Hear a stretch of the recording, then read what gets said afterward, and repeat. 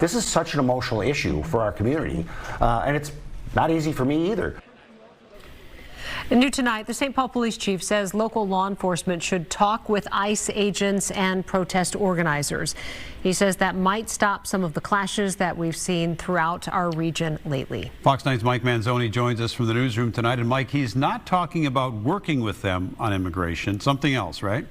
Yeah, Randy, Kelsey, no, in fact, a St. Paul City ordinance prevents that, but Chief Axel Henry says the clashes between ICE and protesters don't really benefit anyone, and he wants to find a way to try to make sure they don't keep happening. ICE raided, you may remember, a home on Rose Avenue in St. Paul 2 weeks ago to arrest a man with a criminal record who they say was in the country illegally. Chaos broke out in the streets as protesters clashed with ICE agents. ICE also arrested a man, a U.S. citizen, after they say he rammed one of their squad cars. St. Paul police initially showed up to write that accident report, then helped with crowd control and ended up using pepper spray on protesters. Chief Henry told All Day this afternoon that it's important for local law enforcement to have conversations with ICE and those organizing the protests.